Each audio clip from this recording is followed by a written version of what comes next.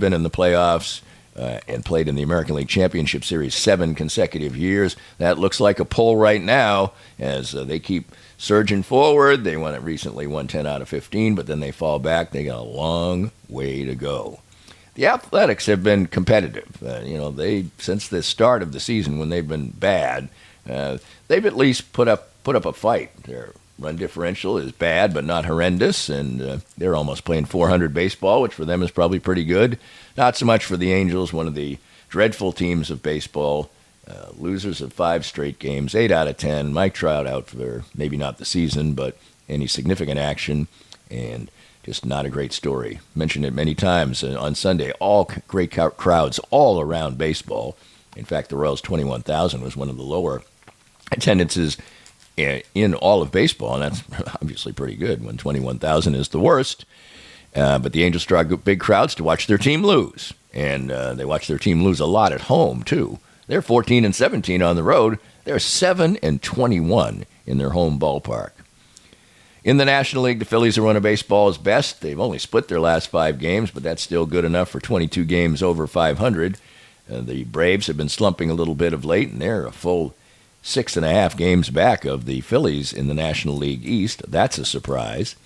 The Nationals have been a little better than expected. They're flirting with 500. The Mets have been way worse than expected. They're 9 games under 5. Make that 11 games under 500. And the Marlins surprised last year, but surprised in the other direction this year, as they are one of the teams that loses on most nights in baseball. Brewers just continue to get the job done. They have the 3rd best OPS in all of baseball, and they're just, as we talk about on this segment a lot, pretty anonymous bunch, but they are solid across the board. Their pitching's been good. Their offense has been great, as I mentioned, and they have a 7-game lead on the Cardinals, who've played much better of late and have pushed themselves from having an extremely disappointing season to a season where they're one of those teams right around the 500 mark, like the Cubs, a couple of games under 500. Pittsburgh's a handful more under 500, and the Reds may be one of baseball's biggest disappointments. A near playoff team last year, and a lot of young talent on that team, but it hasn't translated to victories, and they sit at the bottom of the National League Central.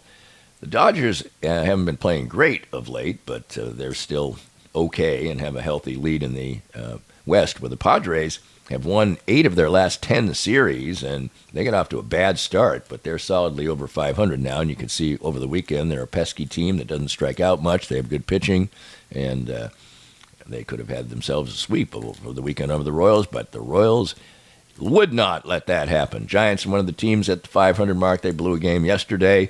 Diamondbacks, another disappointment, solidly 5 games under 500 for a young team that was a playoff squad last year.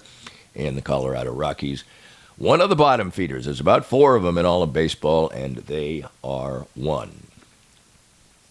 It is not good times for Sporting Kansas City right now. In fact, I've gotten to the point where I should probably talk about the Kansas City Current first. So I will, although I just really didn't. But the Current didn't play this weekend, which is one reason I didn't do that. But they are still undefeated. They have 4 draws, and the rest are wins. Unfortunately for them, Orlando has 3 draws, and the rest of theirs are wins. And so the NWSL sees the Kansas City Current in 2nd place, despite being undefeated and setting records left and right. That is not the case. Well, the only record that's being set right now for Sporting Kansas City is an MLS all-time record of allowing multiple goals in 12 consecutive games. The old record was 10, and they keep adding on to that, as they did so with a loss to Minnesota. They gave up, again, soft goals in this particular game, and they play okay at times, and the action isn't necessarily one-sided for the other team, although in this game I thought it really kind of was. There are a lot of good chances for Minnesota, but then Sporting gave away just a hellacious giveaway for the 3rd goal, so that meant that this was not going to be competitive. Johnny Russell got himself a nice blast from outside the box, which is where Sporting is scoring most of their goals these days. Russell didn't start. Alan Polito didn't start. They went with a younger bunch at first, and Peter Vermees had some nice words for them. But after about 20 minutes of good play, that sort of fizzled out, and the reinforcements, when they came in for the last 30 minutes, couldn't really get it going either, although they did get the consolation goal, which came on the 85th minute. As mentioned, it was the only shot they've had. Sporting is in last place. Luckily, a lot of teams make the playoffs, so they're still only 7 points out of the last playoff spot. But they are back home on Saturday night. The natives are getting restless, and rightly so. It's the third consecutive season where Sporting has not really been playing strong soccer during the course of the season. Maybe they've stepped on the gas a little bit late on both occasions, and they're going to need to do so again. But they just have to shore up the defensive side of it. That's plain and simple. Let's look at a little bit world soccer. The biggest soccer game of the year, really, each year is the Champions League final. It's the biggest club tournament in all of the soccer world. The best club teams of Europe play, and Real Madrid won their 15th, what used to be the European Cup, and now is the Champions League. And they win it over Borussia Dortmund, and I had a personal attachment to this game because Joe Spiker of Easton Roofing is a big Borussia Dortmund fan. He had a couple people over his house. He only wanted a couple there because it's serious business to watch Dortmund, who were gigantic underdogs in this game, but they played a great game. Yeah, they really should have won the game. Plain and simple. They outplayed Real Madrid right off their socks for about the first 70 minutes, but they didn't get any goals, particularly in the first half where they had numerous great chances. And then Real Madrid, which is renowned for hanging in there and somehow surviving and then scoring a bunch of great goals late. They have an outstanding team. When you see their starting lineup, you're like, that's an all-star team. How are we supposed to win? Well, Dortmund really played great. They possessed the ball well, played out of tight situations. It was really a fun match to watch, but they gave up the goal in the 72nd minute and then quickly a bad turnover for another goal, and the wind was out of the sails with us at our little watch party. But Real Madrid, far and away the champions of Europe the most times, 15 championships, 10 is the next. And it was cool, though. It was great, a great soccer match and fun to have a rooting interest for a friend. And too bad the result didn't come out the way that Borussia Dortmund wanted. You know, it doesn't break my heart. I'm not a fan, but I was rooting for them and pulling for them, and they played well, so they deserved a better fate, but did not get it. Chiefs have OTAs. What it allows is to have the Chiefs stay in the news, and a couple of the guys were at the Big Slick thing. That was the Big Slick weekend where they play the softball game at Kauffman Stadium, and then they have the big gala on Saturday night, and they raise all kinds of money, and Paul Rudd, Jason Sudeikis, and all those guys and ladies doing that. They don't allow cameras in. It's kind of a sort of thing that where you're not supposed to tell a lot of tales about what goes on there, but so that was fun for Mahomes and Kelsey while they are actually having fun on the football field too. It's voluntary OTAs, which basically means unless you're a big star, you're holding out, you're probably expected to be there.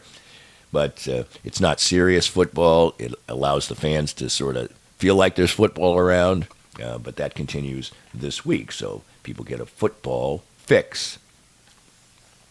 In golf, there was a major on the women's side, and what it meant was generally carnage for the lady golfers, the best golfer in the world. This is golf for you. Nelly Korda comes in having won 6 of the last 7 tournaments, the most dominant run basically ever in women's golf. There are a couple others that kind of match it, and she misses the cut. She makes a 10 on a hole on Thursday and shoots 10 over par and can't recover from that. And only 2 golfers ended up being under par, and actually only 4 golfers ended up even being even par on the weekend. But Yuka Saso, who has won now 2 U.S. Opens, gets the victory by 3 shots. Nice final round for her. A lot of the other contenders had terrible days at the office. It was a beautiful golf course to look at in Lancaster, Pennsylvania, but the golf wasn't, in the end, particularly compelling because there were a lot of sort of unfamiliar faces there, and the biggest American stars weren't there, although a couple of them played well on the weekend to get into contention. So it was more golf for the absolute golf junkie, but Yuka Saso wins the biggest prize in women's golf, $2.4 million, more than the men made on Sunday. As a matter of fact, Robert McIntyre, we'll get to him in a second, he won $1.6 million. And the Canadian Open was really a fun tournament to watch.